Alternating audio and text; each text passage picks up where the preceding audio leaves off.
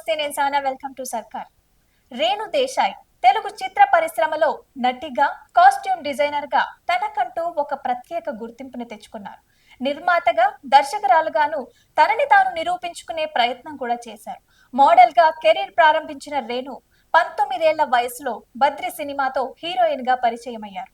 2 సినిమాల్లో నటించిన తర్వాత యాక్టింగ్ కి దూరమయ్యారు. తన ఫస్ట్ హీరో పవన్ కళ్యాణ్ తో సహజీవనం సాగించారు. అయితే భర్త నుంచి విడిపోయాక తన 2 పిల్లల ఆలనా పాలన చూసుకుంటూ జీవనం సాగిస్తున్నారు.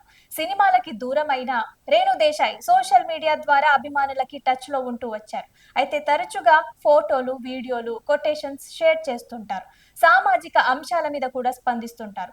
అలానే తన కొడుకు అఖిరానందన్, కుమార్తె ఆద్యలకు సంబంధించిన విషయాలని కూడా ప్రేక్షకులతో పంచుకుంటుంటారు. ఒకానొక సమయంలో పవన్ కళ్యాణ్ ఫ్యాన్స్ ట్రోలింగ్ తట్టుకోలేక సోషల్ మీడియాలో కామెంట్ సెక్షన్లు ఆఫ్ చేసేశారు. గత కొంతకాలంగా మళ్ళీ ఎప్పటిలాగే రిస్ట్రిక్షన్స్ తీసేసి పోస్టులు పెడుతున్నారు. తాజాగా తన ఇన్స్టాగ్రామ్ లో పోస్ట్ చేసిన ఒక ఫోటో నెట్టింట వైరల్ గా మారింది. రేణు దేశాయ్ ఇన్స్టా స్టోరీలో తన త్రో బ్యాక్ ఫోటోని షేర్ చేశారు. చీటింగ్ లేకుండా ఇది తనకి 21 ఏళ్ల వయసున్నప్పటి ఫోటో అని తెలిపారు. మీరు కూడా చీటింగ్ చేయకుండా 21 సంవత్సరాలున్నప్పటి ఫోటోని స్టోరీలో యాడ్ చేయాలని క్యాప్షన్ కూడా పెట్టారు. Renu black and white pic నెటిజన్ల దృష్టిని ఆకర్షించింది. 19 ఏళ్లు ఉన్నప్పుడు బద్రి సినిమాలో హీరోయిన్ గా నటించింది కాబట్టి ఈ ఫోటో తీసుకునే సమయానికి ఆమె పవన్ కళ్యాణ్ తో డేటింగ్ లో ఉన్నారని కామెంట్లు చేస్తున్నారు. అప్పుడు ఎలా ఉన్నారో ఇప్పటికీ అలానే ఉన్నారంటూ మరికొందరు మాట్లాడుతున్నారు. అయితే బద్రి సినిమా షూటింగ్ సమయంలోనే పవన్ కళ్యాణ్ తో రేణు దేశాయ్ ప్రేమలో పడ్డారు. ఆ తర్వాత జానీ సినిమాలో భార్యాభర్తలుగా కలిసి నటించారు.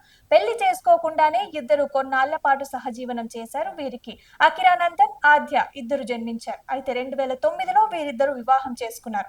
అయితే వ్యక్తిగత కారణాలతో 2012లో పరస్పర అంగీకారంతో వీళ్ళిద్దరూ విడిపోయారు. విడాకుల తర్వాత రేణు దేశాయ్ తన 2 పిల్లల పెంపకంపైనే పూర్తిగా దృష్టి పెట్టారు. అప్పట్లో రేణు రెండో వివాహం చేసుకోవడానికి ప్రయత్నాలు చేసినా కూడా అవి అనుకున్నట్లుగా జరగలేదు. 2023లో రేణు దేశాయ్ మళ్లీ సినిమాల్లోకి రీ ఎంట్రీ ఇచ్చారు. టైగర్ నాగేశ్వరరావు కోసం ఆమె 2 దశాబ్దాల తర్వాత కెమెరా ముందుకొచ్చారు. అయితే ఆ సినిమా బాక్సాఫీస్ దగ్గర పరాజయం పాలైంది. దీంతో రేణు గురించి పెద్దగా చర్చలు జరగలేదు.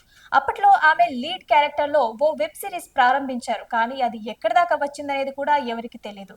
మరోవైపు రేణు దేశాయ్ ఒక స్వచ్ఛంద సేవా సంస్థని కూడా స్థాపించి తన వంతు సామాజిక కార్యక్రమాలని నిర్వహిస్తున్నారు.